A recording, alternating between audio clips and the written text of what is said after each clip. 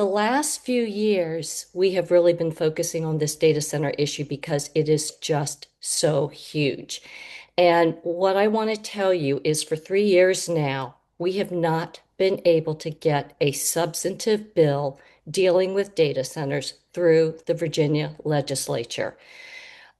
If you can believe it, there is not a single statewide piece of legislation governing data centers, which means leg counties such as Loudoun and Prince William County can bring on all these data centers by their own decision, and the rest of us pay. We pay for higher electricity bills, and in addition, we're paying for dirty air and resource destruction like our water tables. This year was a particularly disappointing, and the history went something like this. In 2024, when we started pushing for bills, and Rip Sullivan was sort of the leader of the pack on getting really good bills, the first thing Rip honed in on was this tax exemption is insane. We have to do something about this tax issue.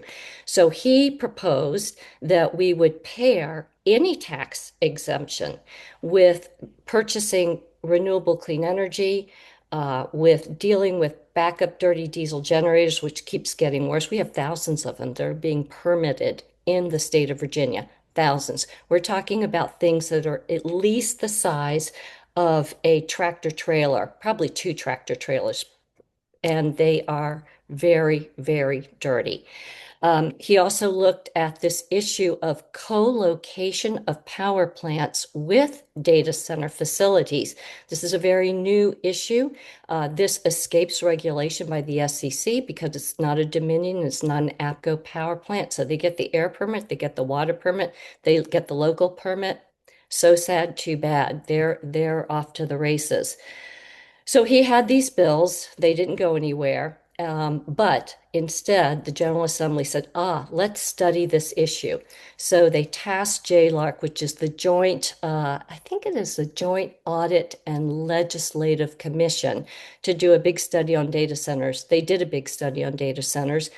Frankly, we don't think they went far enough, but they basically said, we're going to have a lot. Yeah, yeah. So they said they're going to study this bill. We get this JLARC study, so we're going to be in big trouble pretty soon. Our energy bills are going to skyrocket because we need to purchase so much more power, which means, from Dominion's perspective, building these power plants, which are dirty.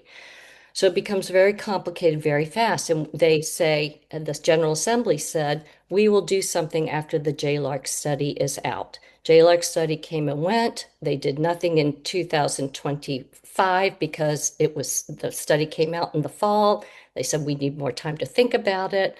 Bills came, bills went, and 2026, we thought this is going to be the year. This is the year we're going to get some statewide legislation to deal with the data centers. Nothing happened. Every substantive bill was killed. Let me tell you a couple that are particularly heinous. First, Rip's bill, which should have been a shoo-in, he's been working this bill for years, not only didn't get passed through the House, but it got stuck in a budget and then was subsequently dropped by the House on last Friday when they announced their budget. We'll go into that briefly in a minute. But second of all, one of the most important bills would have given the State Corporation Commission for the first time some kind of regulatory authority to determine whether or not it's in the public interest to site these big mega, I'm talking the mega data centers, and what we should be extracting for them to make sure the public's natural resources, air, and clean energy are at the forefront. That bill was killed in the House, laid on the table, along with several other bills. There was a couple of bills dealing with air quality that were very important. We have some real heroes in the House. Not only is it Rip Sullivan, but you have John McCulloch and you have Josh Thomas. I'm telling you, these people have worked hard, but nothing left the House. On the Senate side, we fared a little bit better. We got some of the bills through, but because they didn't make it out of the House, they went nowhere. On the House side, we have Creed Deeds and Russet Perry, who've been working very hard on this issue. But frankly, nothing has happened and nothing is going to likely happen when the budget is to be announced today, if in fact they do reach agreement. There still will be a big fat $1.9 billion tax exemption for data centers. There may be some recoupment of certain costs. I know that's what the Senate folks have been talking about, but it's not going to do the job. And yes, there will be another study. There's going to be a new commission which will do yet another study on the data centers. And while I do expect there will be some very good recommendations, very concrete, because the Governor Spanberger has appointed a fantastic energy czar, Josephus Allman, who comes from the Southern Environmental Law Center. How you get these bills through the House is the next question. And I think I'm going to leave it at that. You will see another call to action. You would have gotten one today, but you would have seen another call to action, but the budget hasn't been announced yet. And I do want to thank you all who took our House outrage action from last week.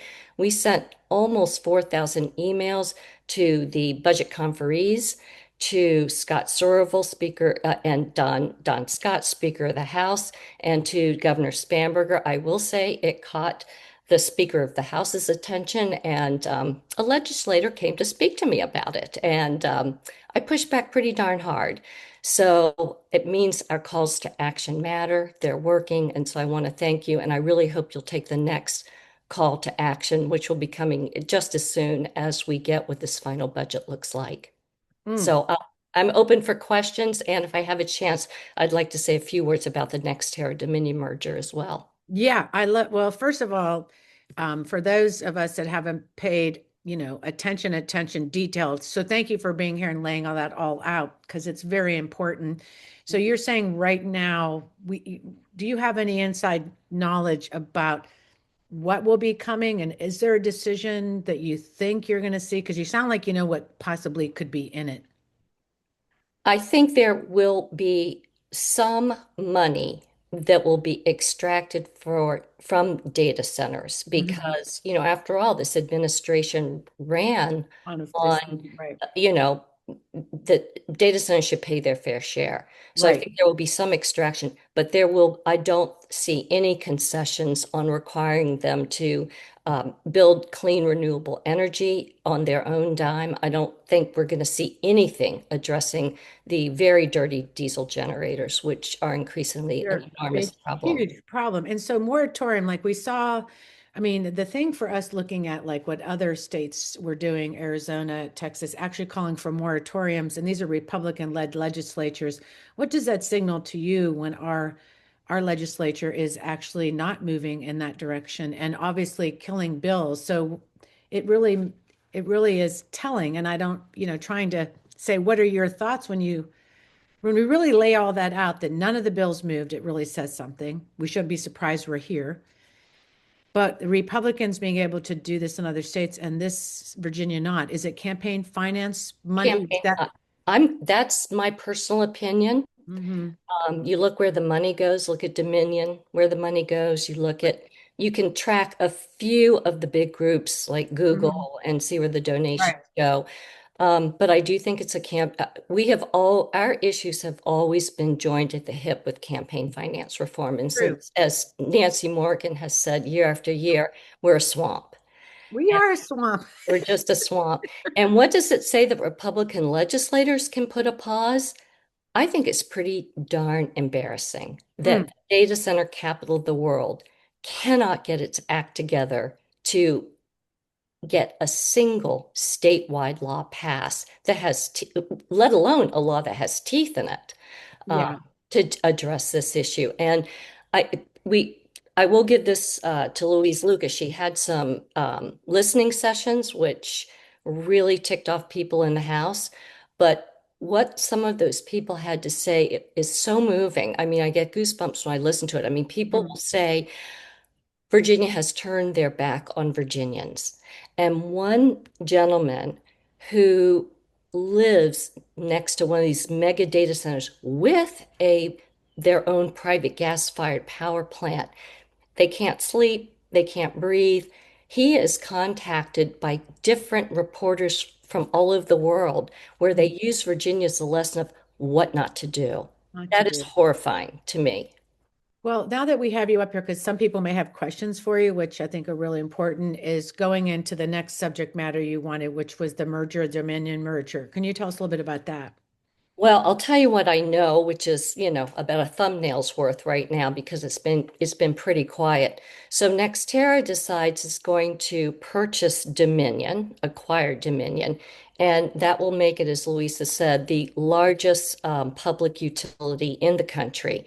Um, Nextera has not had what you'd call a sterling track record. Their subsidiary, Florida Power and Light, just recently had to pay a $150 million settlement with its shareholders because it had been accused, and there had been credible investigative reporting demonstrating this, that they had hired a front company that was funneling money into ghost candidates to run against candidates that were supporting solar. It's Mhm. really kind of shocking. They were harassing reporters.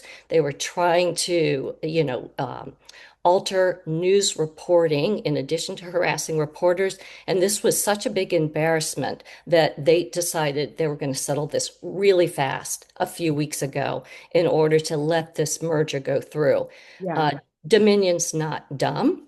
They are timing this merger so that all of the work will happen outside the legislative session. Why is that?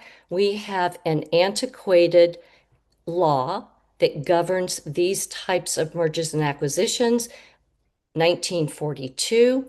And the way the law is currently written, the SEC has at most 180 days to make a decision, which is absurd. They can't make a decision on the biggest corporate public utility merger this country has ever seen in 180 days.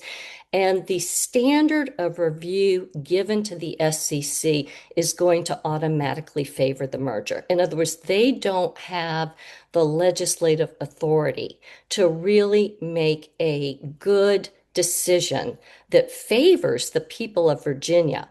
So, Clean Virginia is running a campaign, and most of us have been signing on to this, which sends a very respectful letter to Scott Serval, all the leadership, as well as Governor Spamberger, saying, we need a pause on this. You need to call a special legislative session to address this issue, and you need to amend the legislation to give the SEC at least 12 months to address this issue and to provide in that law better criteria, which makes sure that we aren't screwed. Because why do these corporations purchase public, keep purchasing public utilities? Well, they purchase public utilities because they think they're going to make money. And how they make more money, they're going to build more power plants. They're going to, encourage growth by data centers. It's sort of a vicious cycle. And because they are non-competitive, it's not like you have a restaurant, right? Where the restaurant says, I'm gonna up my prices. You, as a restaurant goer, can go to yet another restaurant. We as the ratepayer can't right. because it's a monopoly. So they have a guaranteed return on revenue. So every incentive to build, Mhm. build, build, build, rather than, and listen, they make a lot more money building a gas-fired power plant than they do with solar panels. Yeah. It's just that simple. Well, like you said, I read too, going backwards to coal, trying to create more energy. I mean, it's crazy. And what I'll say, looking for the midterms, where we're really focused on making sure that the next election that we win in the midterms, so we can, and we talk about these threats that are coming, are these people that own the AI people, the people like Elon Musk, these really crazy Peter Thiel, all these people are in the big tech area, right? So it's to make these deals with these leaders that are not helping regular Americans. They can care less about our health care. They can care less about everything else, and they're getting tax breaks.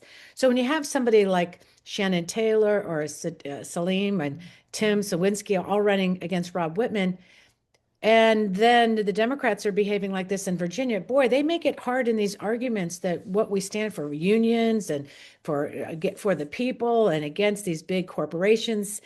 This is really gets us into like what the heck kind of moment when we have so much at risk watching this kind of behavior, and then how we this is such a winning wedge issue because it really is. You're on the right. If you're on the wrong side of this, you're on the wrong side of this. And so what are your thoughts on that? And then I know we have questions. I Right? mean, You're on the wrong side of this. just Hello, on the wrong wake side up. of this. What What the else can hell? we do? We have our Climate Clean Energy Working Group for the coalition, as well as so many other groups, Right. have written thousands and thousands of emails to legislators. It wasn't until this really hot controversy came up and we slammed the House for this outrageous budget, which backtracked and withdrew all of RIP's provisions from the budget, that we caught the speaker's attention. Yeah. And Yeah, a I lot of think us that's a caught the good thing. speaker's attention, right? Well, it's Yeah. I think too when people think about the grassroots, they I don't know if they think we're what we really do. We're experts. You're an expert. You're a lawyer. The people, when you think about, I know I see Frida's hand up. She's soil and water conservation. Like we have people, you've been working in the space for many, many, many years and, doing policy, working on this. And I think it's kind of flippant how they sort of are treating us, like you said, not even entertaining any of the bills. It's very, very frustrating. So if you could stay around, I want to say.